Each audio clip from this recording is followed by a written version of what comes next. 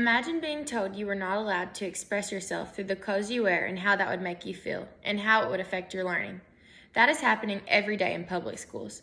Students feel as though they can't wear clothes that are comfortable for them because their dress code doesn't allow it. This leads to further issues of students not feeling comfortable in their own skin because they are being forced to wear clothes that don't reflect on who they are as a person. This will also affect the students' learning in the classroom because they will be more focused on if they are meeting the dress code than if they are learning the material being presented to them. The time taken out of a student's learning experience to police dress code is just time wasted. Another problem that is frequently seen with dress code is female students feeling targeted by the strict dress code and being judged more harshly than the males for what they are wearing. While schools may feel as though they are bettering their school for implementing a dress code, they are doing just the opposite. A more lenient dress code is a simple fix to many complex problems. Dress codes can have negative effects on students trying to learn in schools. Burrell says that it is a fact that dress codes significantly impact students' psychological, social, and academic success. Jenna Wilson-Levin said that a student at her school was dress coded and told to cover up by a male teacher, and this made her feel extremely uncomfortable and anxious, so she went home instead of returning to class. Students are putting more focus on what they are allowed to wear to school rather than what they are studying in school. This should not be the case. Schools should consider what their strict dress codes are doing to their students and make a change to better their school. If having a more lenient dress code will alleviate students' stress and unfocus on their schoolwork, the school should make that change to better the education they are providing their students. Teachers and administrators are taking time out of their lectures to police dress code, which diverts the students' attention from the lesson being taught to what outfit their classmate wore that day. Being dress coded often makes students feel embarrassed, and they would rather go home than go back to class to face the embarrassment, which causes them to miss what is being learned that day. To give each and every student the best education possible, schools should be worried more about the teachers and the curriculum being taught than what outfit the students decide to wear to school that day. Dress codes lead to students questioning themselves. Ackwall says that by not allowing students to dress up as they want, schools are hampering their individuality. Raula Addaley says that because girls are more likely to get dress coded, schools are sending a message that girls' bodies can be regulated and punished. Students are taught to be themselves and unique for a majority of their life, but when schools place a strict dress code on them, it leaves them wondering in what way they can express themselves if they can't even wear clothes that they feel comfortable in. The dress code only creates problems in schools and shows favoritism to certain students.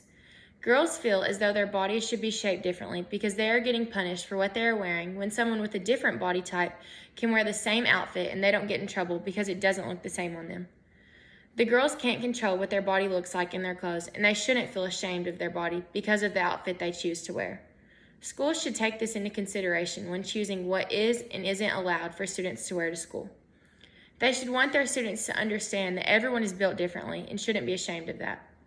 To do so, the dress code should be more lenient in what is allowed for students to wear. Females are finding that they get dress coded for their shorts being too short, when the boys are wearing shorts much shorter and have no punishment simply because they are males. If students were allowed to wear shorts to school, no one would feel singled out or discriminated against. If schools would consider the facts behind dress codes, they will realize that that is not where their focus should be to create a successful school system. Schools will argue that to be successful, it is necessary to implement a strict dress code, but that is just not the case. Jeff Grabmeyer says that a new national study found that school uniforms don't have any effect on a young student's behavior or attendance overall rather than no school uniform. Schools argue that having a strict dress code will have a positive effect on how students learn in the classroom, but new studies are proving that there is no correlation between strict dress codes or uniforms and lenient dress codes. Having a more lenient dress code will result in no cost for the schools and can even help the students and their families with school clothes cost. Many students have to buy a whole new wardrobe for school because the clothes they usually wear don't meet the dress code requirements. So having a more lenient dress code can allow these families to save money on new clothes appropriate for school. Schools also say that having a school dress code eliminates distractions in school, but in reality, students will get distracted by anything and need to learn to focus on what they are supposed to be doing instead of finding excuses to be off task. Allowing students to dress as they want will prepare them for the world we live in, where everyone's sense of style varies tremendously.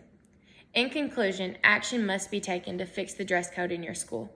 Strict dress codes are a huge problem in so many schools. They leave the students feeling unable to express themselves through their clothing and feel confident in what they are wearing.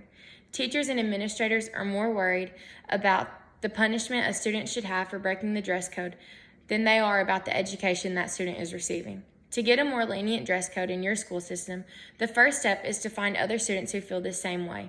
Next, you should all propose to change the dress code at the next school board meeting and give your evidence as to why a strict dress code is not necessary. Everyone who wants this change should attend the board meeting because it just shows more support for this change. A more lenient dress code would benefit the students in ways the board may not have even thought about.